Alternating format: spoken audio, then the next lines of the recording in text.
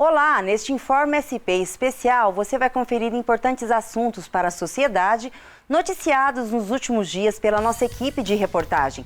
Acompanhem com a gente a partir de agora. Olha aí uma indagação, você sabe quais são os cursos e palestras disponíveis no Instituto do Legislativo Paulista aqui na LESP? Nossa reportagem tem informações aos interessados. Em 2001, a Assembleia Legislativa do Estado de São Paulo criou o ILP, o Instituto do Legislativo Paulista, que oferece a toda a população cursos e palestras gratuitas.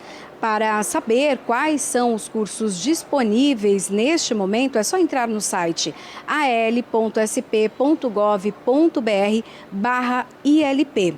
As inscrições são online.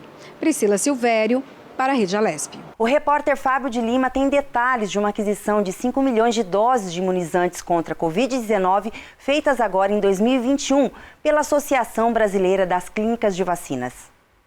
A Associação Brasileira das Clínicas de Vacina e a importadora Precisa Medicamentos fecharam um acordo nesta semana para a compra de 5 milhões de doses da vacina Covaxin da farmacêutica indiana Bharat BioNTech. As clínicas podem adquirir cada uma de 2.000 a 400.000 doses da vacina, com preços que variam entre 32 e 41 dólares, dependendo da quantidade de unidades compradas. A expectativa é que o imunizante, que está na fase 3 de testes na Índia, esteja disponível no mercado particular brasileiro em abril deste ano, após a aprovação da Agência Nacional de Vigilância Sanitária, a Anvisa. Fábio de Lima, para a Rede Alesp. A jornalista Júlia Stanzioni conta como a Embaixada Brasileira em Madrid, na capital espanhola, lidou recentemente com um surto de Covid-19. A Embaixada do Brasil, lá em Madrid, na Espanha, teve um surto de Covid-19 e ela foi fechada justamente para que não infectasse mais as pessoas que trabalham lá na Embaixada. Isso porque teve uma festa, uma aglomeração no último dia 23 e uma pessoa que estava neste evento acabou testando positivo. Em nota, o Ministério disse que o trabalho passou a ser então um regime home office e nesse momento se segue todos os protocolos de saúde para que não aconteça então uma infecção generalizada de Covid-19 lá na Embaixada do Brasil, na cidade de Madrid, lembrando que Madrid vive também uma nova onda da Covid-19. Júlia Stanzioni, para a Rede Alesp. A cidade de Serra Negra, no interior paulista, vai receber uma atenção especial do deputado estadual Edmir Chedid, do Democratas, com uma destinação de R$150 mil ao município através de emendas parlamentares. O deputado Edmir Chedid, do Democratas, vai destinar até o fim deste semestre, por meio de emenda impositiva, o valor de R$150 mil para a Prefeitura da cidade de Serra Negra. Este valor será destinado aos programas e projetos de infraestrutura urbana que serão desenvolvidos pela administração pública municipal. De acordo com o parlamentar, entre as propostas estão a melhoria do sistema viário e a revitalização dos acessos aos pontos turísticos do município, trabalho que já teve início na gestão passada e continuará sendo aplicado. O deputado explicou que já apresentou outros requerimentos ao governo estadual para garantir mais recursos financeiros à administração pública municipal. Entre eles está a solicitação do aumento do repasse de investimentos aos setores da saúde e do turismo. Daniela Oliveira, para a Rede Alesp. As micro e pequenas empresas podem contar com o novo auxílio do Banco Desenvolve São Paulo, com mais de R$100 milhões em créditos para atividades empresariais paulistas. O Banco de Fomento Paulista, o Desenvolve São Paulo, anunciou que vai disponibilizar mais de R$100 milhões em créditos para apoiar micro e pequenas empresas no estado de São Paulo. A medida vale para instituições com faturamento de até R$4.800.000. As taxas dos empréstimos são a partir de 0,8% ao mês, acrescidos da Selic. O prazo para pagamento é de até 60 meses, com carência de até 12 meses. Gomes. Melissa Araújo, para a Rede Alesp. O setor de grande varejo farmacêutico alcançou agora em 2020 um faturamento recorde de 58 bilhões e 200 milhões de reais. A repórter Priscila Silvério tem todos os detalhes dessa boa notícia. O setor de grande varejo farmacêutico alcançou faturamento recorde de 58 bilhões e 200 milhões de reais em 2020, 8,8% a mais em comparação a 2019. O resultado foi impulsionado principalmente pela venda de produtos classificados como não medicamentos, como itens de higiene pessoal, cosméticos e perfumarias. Priscila Silvério para a Rede Alesp. Vamos a um rápido intervalo e voltamos em instantes. Não saia daí.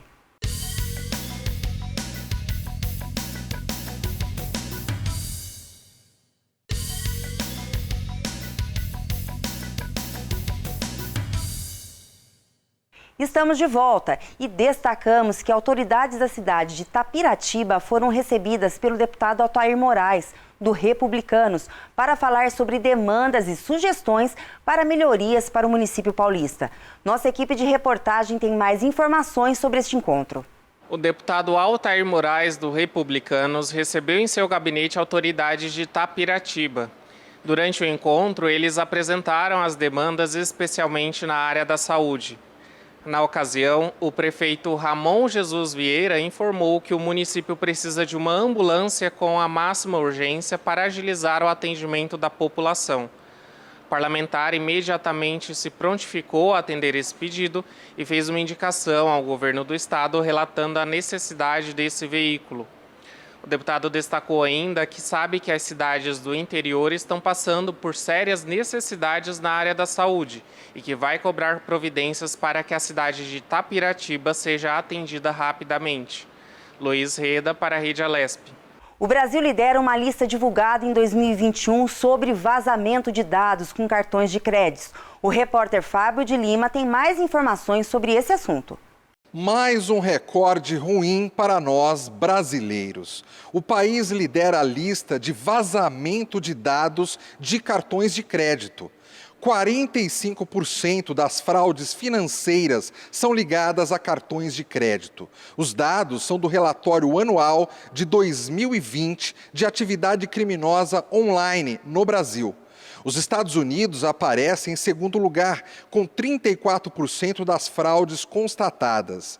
Ainda, de acordo com o levantamento, dentre as 10 instituições financeiras com maior número de vazamentos, 7 são brasileiras. A maior parte das fraudes envolvendo cartões acontece na internet.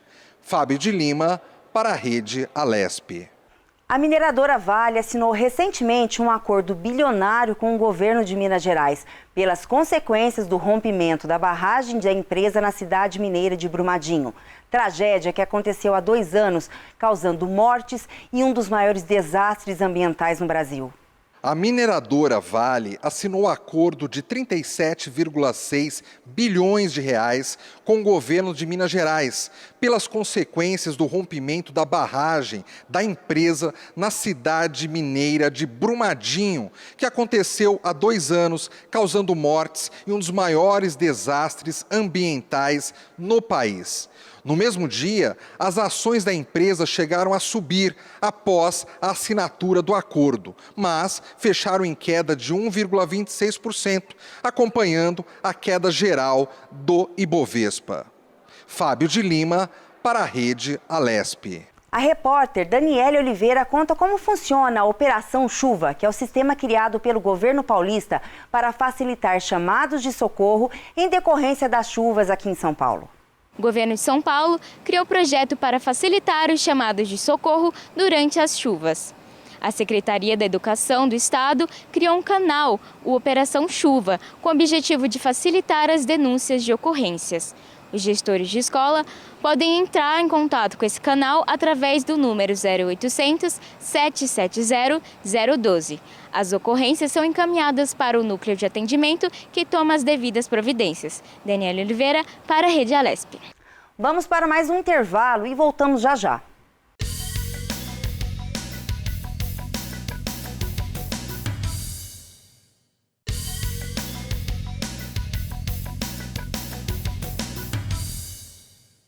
Estamos de volta e o nosso destaque agora são 5 pontos de drive-thru para vacinação de idosos contra a Covid-19 que estão ativos aqui na capital paulista. A repórter Júlia Stanzioni tem os detalhes dessa ação de imunização em São Paulo. Novidade para a vacinação dos idosos acima de 90 anos. 5 pontos de drive-thru na capital paulista. Olha só. Autódromo de Interlagos, Estádio do Pacaembu, a Arena Corinthians, a AMB e também a Igreja Boa Nova, lá na Vila Prudente. Esses 5 locais vão ajudar, então, na vacinação desses idosos acima de 90 anos. Todas as informações no site do governo de São Paulo. E olha só, o governador João Dória pediu, então, para facilitar essa vacinação, diminuir o tempo também da vacinação, registrar, então, os idosos, os parentes, então, ajudar nisso. Registrar os idosos no site www.vacinajá.sp.gov.br. Júlia Stanzioni, para a Rede Alesp. A importância do planejamento familiar foi um tema de um ato solene virtual agora nesse mês de fevereiro, que contou com a participação da deputada estadual Janaína Pascoal, do PSL. Confira os destaques do evento na reportagem de Tayana Conrad. Por iniciativa da deputada Janaína Pascoal, do PSL, foi realizado um ato solene em defesa da esterilização e autonomia individual. O evento contou com a presença de autoridades e especialistas no assunto.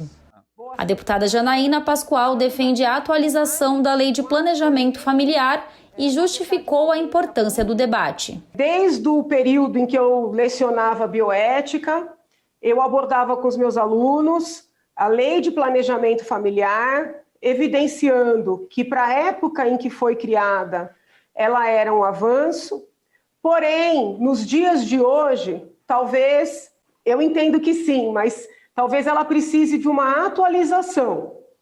Seja para que a mulher possa fazer a laqueadura durante o procedimento de parto, cesárea, seja para que o homem ou a mulher possa decidir fazer esterilização sem a anuência do seu parceiro, seja para que a pessoa com deficiência tenha direito a ser ouvida, obviamente depois de orientada, esclarecida, e possa decidir fazer uma laqueadura, uma vasectomia.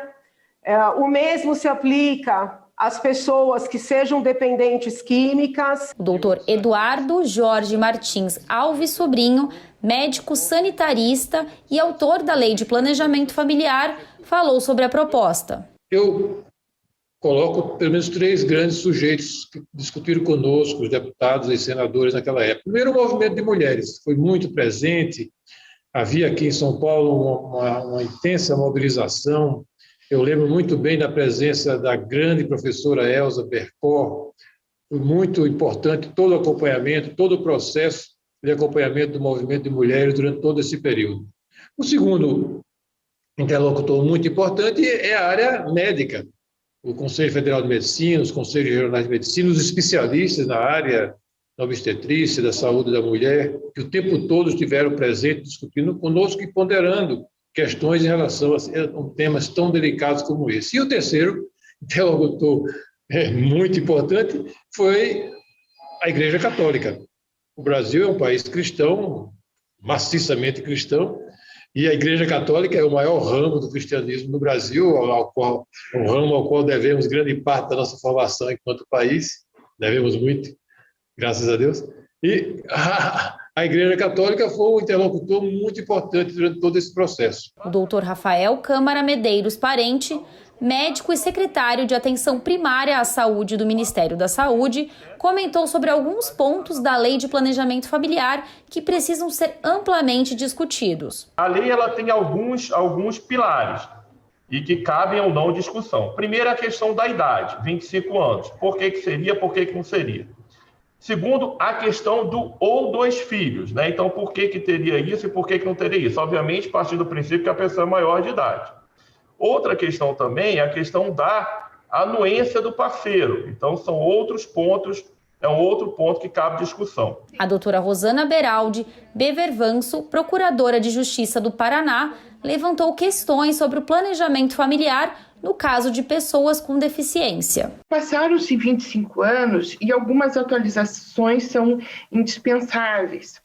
Por exemplo, nós tivemos a Convenção dos Direitos da Pessoa com Deficiência, que foi um consenso universal, né? Digamos assim, é uma ética universal no trato dos direitos da pessoa com deficiência, e que ela influenciou estruturalmente, na essência, a Lei Brasileira de Inclusão ou o Estatuto da Pessoa com Deficiência.